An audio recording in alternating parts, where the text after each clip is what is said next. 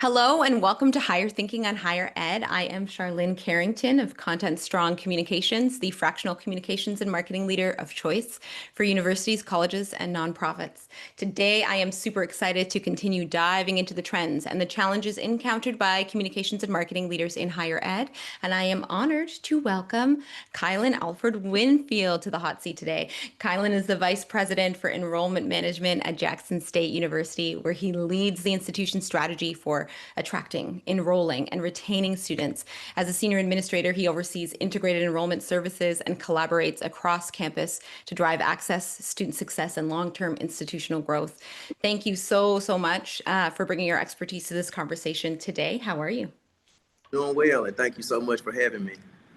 Yes, I'm so excited to have you here today.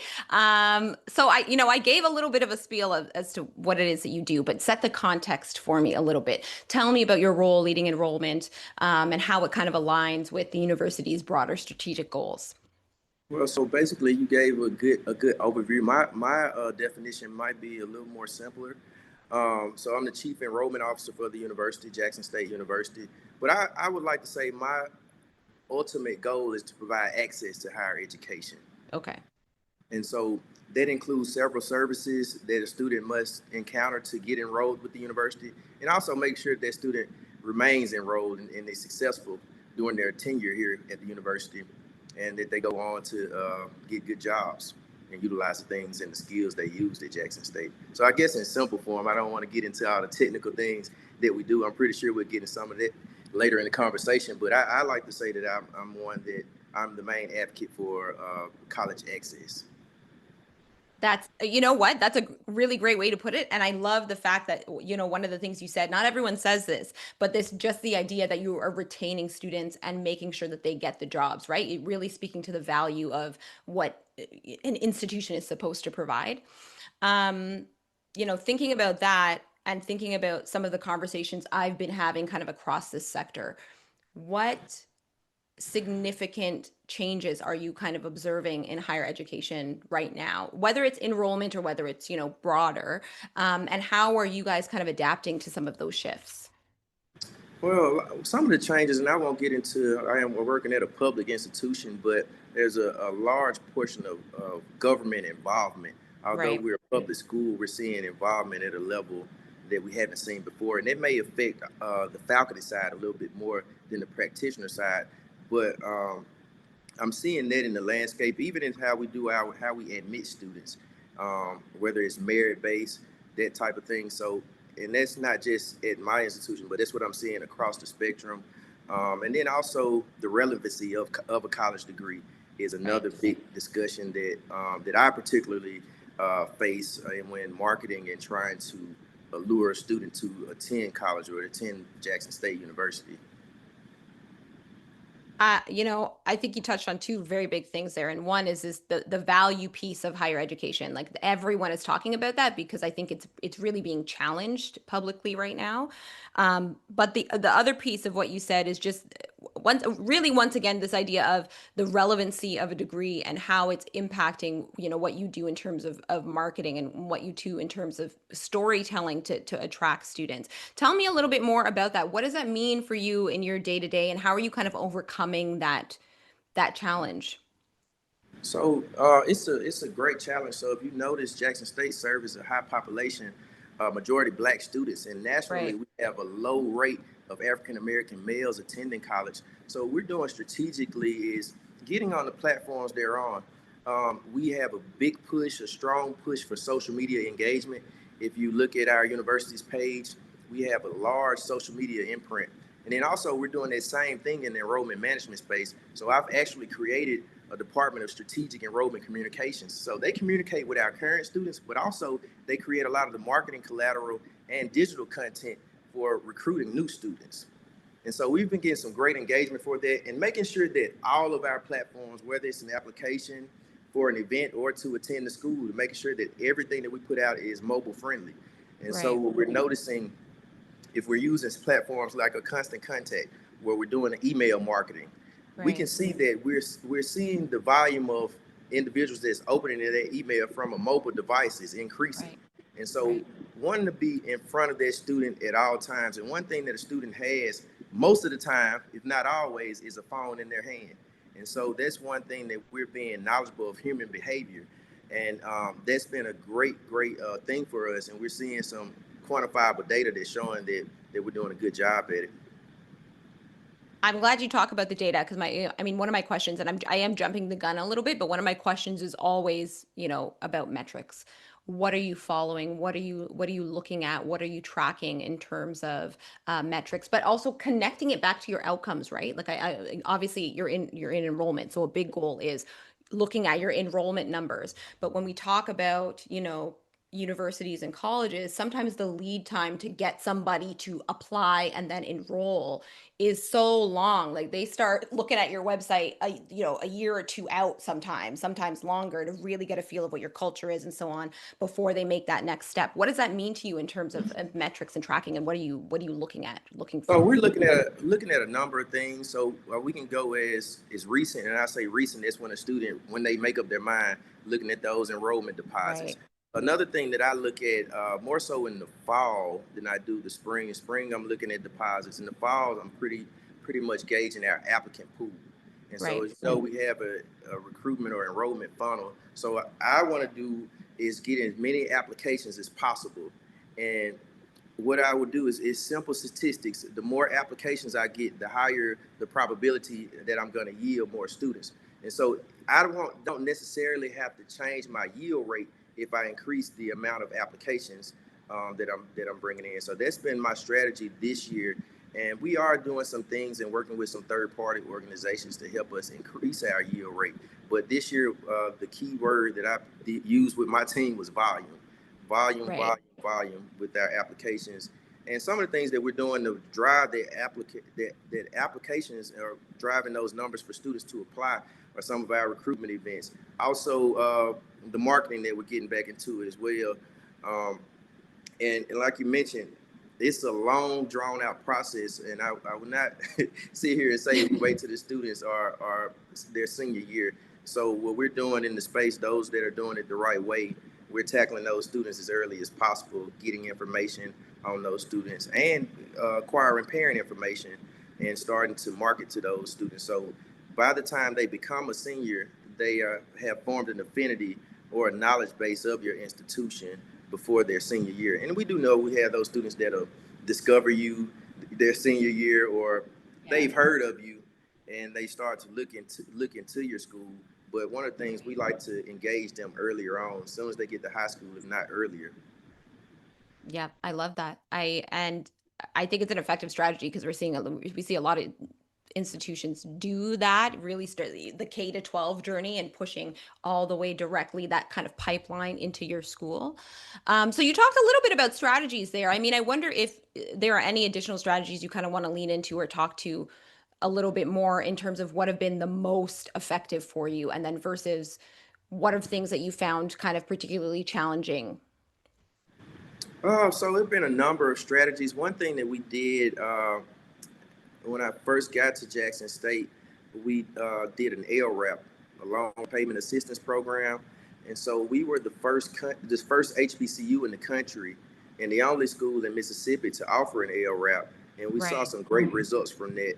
And so what the LRAP does is it makes a promise. I look at it as insurance for a parent and a student, that if your student graduates from our institution and they make below a certain threshold, that can be 50, 60, $40,000, whatever their school sets. If they make below that, we'll assist them in paying their student loans back until they acquire a job that pays more than that. And so we've got some good feedback from that, and that actually drove a lot of our applications. And the program, it was a great program for us, and it was research based. RNL conducted research that shows that families are more likely to choose an institution that offers an LRAP in comparison to one that doesn't. So that's been a good strategy for us. Again, constant communication. Like I said, I developed the Office of Strategic Communication. So now the student isn't just receiving an automated message from a CRM from us. Now they're getting catered messaging. Depending Right. on where they are in the funnel, they're constantly seeing something on social media. And even on the social, I say, like, One small thing that we got some major feedback was decision days are big, not just in athletics. So that's a national thing where students make announcements on social media at the high schools where they're planning on attending college. So we did a thing where we said, "Hey, you guys send us your decision day photos," and we posted it on our outlet. And so that did some good numbers. And then also our in-person events. I can't stress enough that physical touch. Although our students are much different now, you see, there were days where hanging out on the yard. Yeah. Now they're in the dorm rooms or the residence halls. So the student is different, but that face-to-face interaction that has been awesome for us. So we've done a number of events where we call our bus tours, where we bus the band, the president, the cheerleaders, and several other student groups to various cities across the country. And the events last for about an hour, but they get a glimpse into their student life on their campus at their high schools, at what it means to be a Jackson State Tiger. And I think that's very important. And one thing what I preach to a lot of people is that all of our schools that are accredited, they're pretty much accredited by the same accrediting or governing bodies. And so the big thing that we're selling to the student now is brand. And so, like we mentioned before, acquiring that data on the students and starting to market to them earlier, you are selling brand, and that's what the student ultimately is purchasing. And we know that some schools have catered academic offerings that other schools don't offer, but for the most part, especially those liberal arts institutions, we're really selling brand. Even if you ask a student why they decided.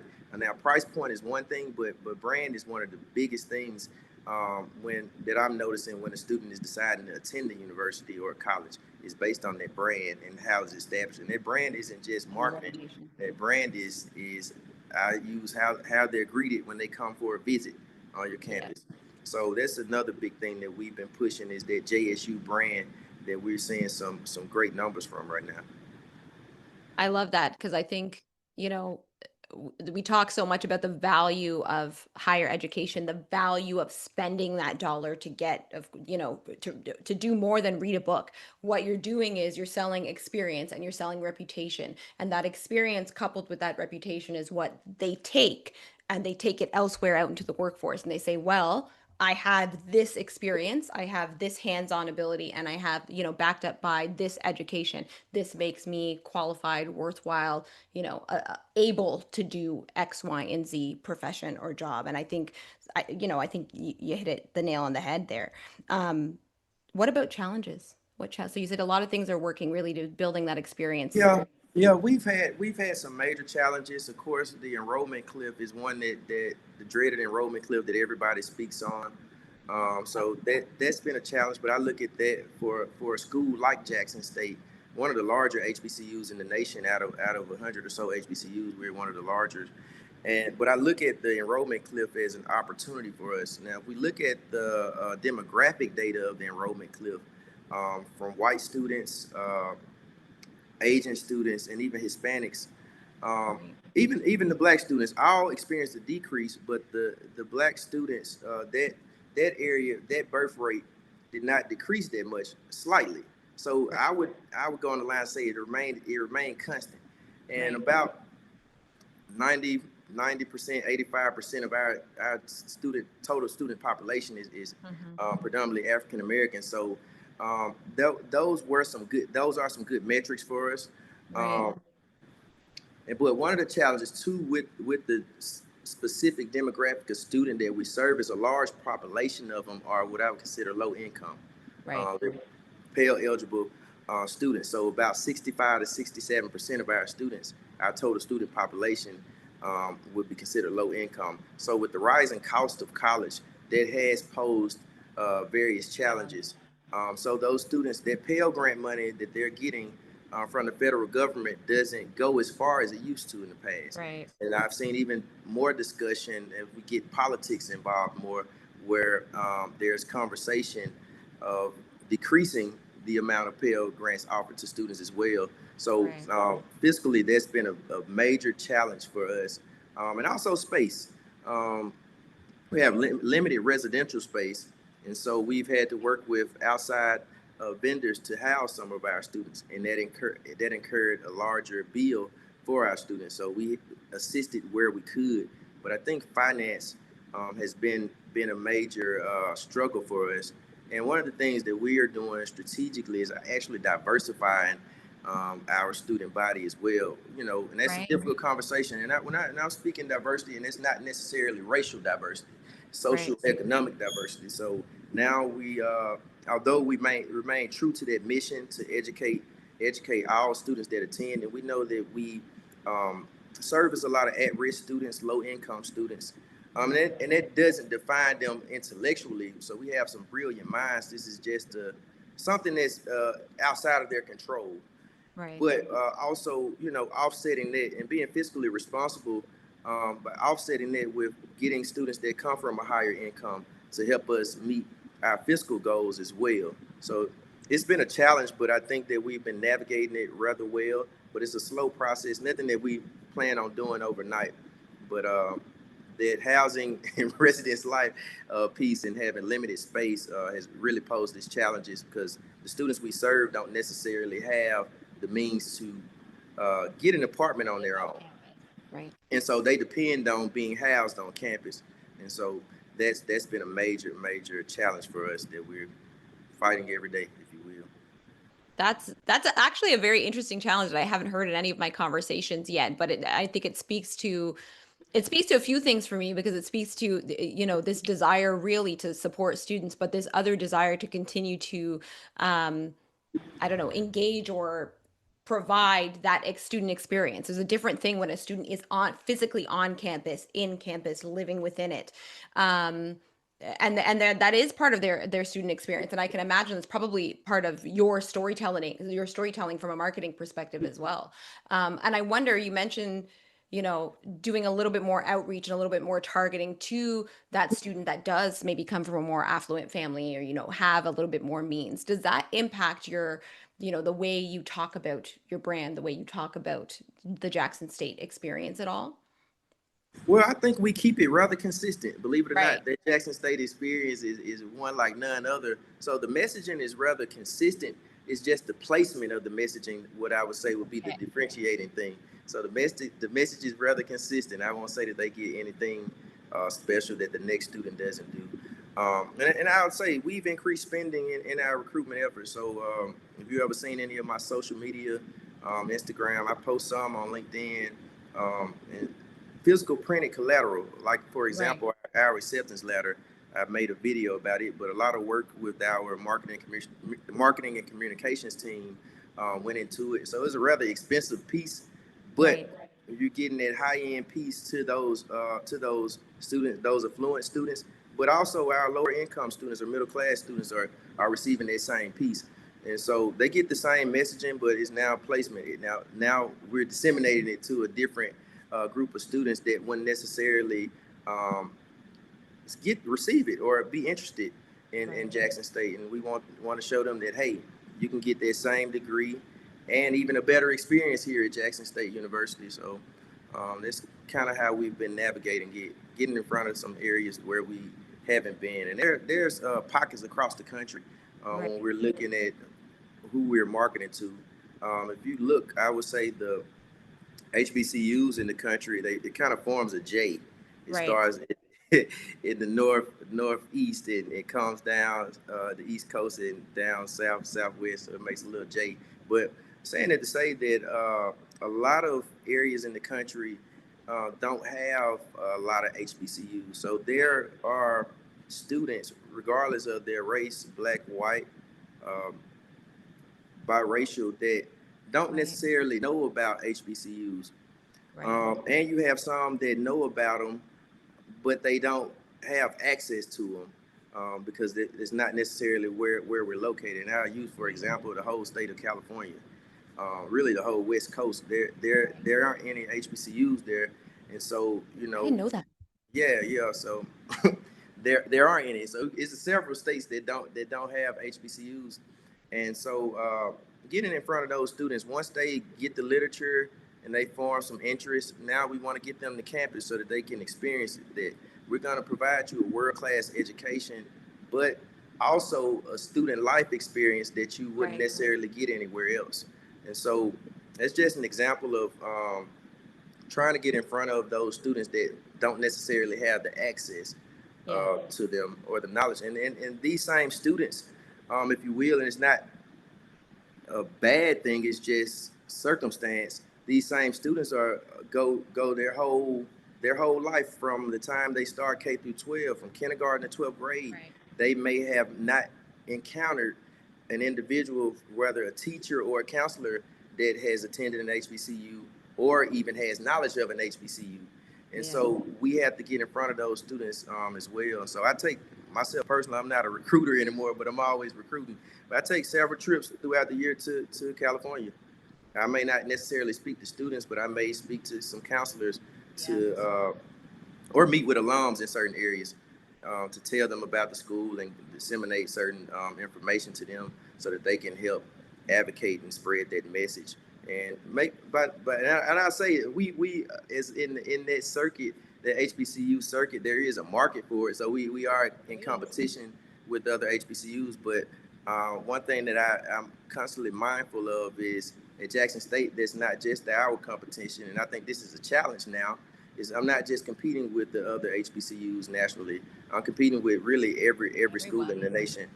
And so when we look at that demographic, and I guess this would be a little edgy or unspoken, when we look at that demographic cliff, as I mentioned, the black students kind of remained constant. Their birth rate of black kids remained constant. It didn't drop as much as their white student demographic when we look at the enrollment cliff. And so now what I'm seeing in the circuit, and I don't recruit, but I keep my boots on the ground, as they say. And so I identify as a sociologist, so I'm very observant. And so what I'm finding now is some of our predominantly black cities, whether it's a rural area or if it's an urban area, where certain schools in the past would not have sent recruiters or disseminated resources to that area. Now they are sending resources to the area. In the past, you might have had some technical colleges, community colleges, a few HBCUs there, and you wouldn't have a West Point there. You may just have the National Guard. So now the dynamic shift, the shift is different now. Now everybody is vying for these students that once were overlooked, where HBCUs were a safe haven, and we were internally in the HBCU space competing for that market share. And now a large portion of the higher ed landscape is vying for your same population, same target. yes, for lack of terms. And so and that's a great thing. I look at it as a great thing for the students. So now they have more access and exposure, but that does pose challenges for institutions that primarily service those students. Yeah. Yeah. I mean, the first thing that came to mind as you were saying that was a few things. One, I mean, that's an opportunity for you, right? Because if I were in your shoes, I'd be thinking about how can I continue to promote that we were the constant, right? We've always been here for you, and we've always been able to provide this, higher standard of education to get you where you need to go. I think that does something particularly for, that population in this particular climate. I will leave that there. Yeah, I know you're picking up what I'm saying. I know you're picking it up. But the other thing is, I've been having a lot of conversations with other institutions, and, a lot of people are talking about this idea of kind of cross partnership, across even, their own, beyond their own institution, working with other institutions to spread a specific message. Like I had a conversation with someone, having a similar conversation about, community colleges and just changing the perception of what community colleges could provide. And I think, you've touched on something there as well, is, across all HBCUs, changing that perception of what an HBCU can provide and who they can provide it to and for. And it does go beyond what I think was initially useful, but now in this day and age can be a little limiting, right? So I think that's a very, very interesting point. I think about now, the next 6 to 12 months. What are your primary goals or for the upcoming year in terms of enrollment, in terms of, just about everything, actually. I bring it a little broader. What are your big 6 to 12 months goals? I guess by in most recent, I'll tell you we've remodeled our orientation model. So we've instituted an enrollment fee that has been really successful for us. And so when I first came, I was like, wow, we're just playing Russian roulette with our enrollment. We really didn't know. Right. We had a generic intent to enroll form, and anybody could fill it out. And now we've instituted that enrollment deposit, so we're seeing some good metrics from it. And so I'm eager to see how this class develops for the fall. So that's really my main focus right now, is bringing this class in the fall. I am reviewing some data to see where our footprint has grown. And I'm the one that believes in playing into your strengths. So the areas, our markets that we're doing rather well in, we'll put more emphasis into it. Even like say the Midwest area, for example, we get a lot of students from there. So even creating new roles and having regional recruiters to be specific for that area, so that we're present more. Although we may be 11 or 12 hours away, we have someone there constantly. And just honing in on our strengths. A lot of the work that we did, and I've only been at Jackson State for about a year and 6 months now. So during that time was laying a lot of the foundation. And now that we have a good foundation laid, I'm looking at building. We've brought in our largest applicant pool in the school's history. So I want to see that. I want to see that grow as well. Now that we have a winning formula, and also try to work on increasing that yield rate. One of the things that we're doing now is being proactive. Although I said we did a lot of building with our orientation model and how we enroll our students, being proactive. So it's my goal to actually push up our calendar, our enrollment calendar by a couple months, so that a student knows once they make up their mind, they have the ability to pay that enrollment fee and get a schedule probably before the fall semester ends. And so those are some of the things that I'm doing for the next 6 to 8 months is working on how we can be proactive and build on the foundation that we've established thus far. Right. That's I don't want to say it's an ambitious goal because I feel like you could do it. So I'm not going to say it's an ambitious goal. It's a good goal.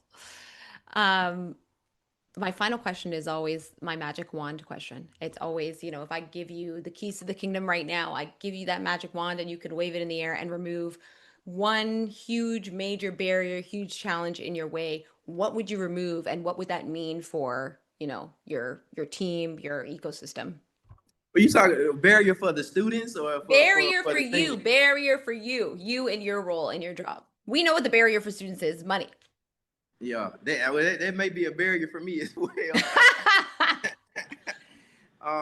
But I would say that's a shared barrier. One of the things with resource, and I'll touch on the students. If I had a magic wand, I would make higher education free. Yeah. I know that I've seen some institutions that are playing around with it, but again, to be able to do that, you have to have money, and so that would really help my team if I could make that education free, because we know from any form of data that higher education increases the student's social mobility, and also with that money we can provide more resources. The team could expand.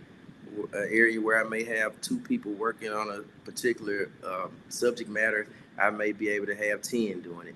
So the financial barrier would be a major thing that if I could wave a magic wand, I would put money into every area under my purview and also across the university to help us. Because the more resources we have, the more we can be a resource for those that we service. Right. That's huge. Is there anything else that comes to mind that you came on the call really hoping that I'd ask you or really hoping you get to mention and I never got to it, I never thought of it?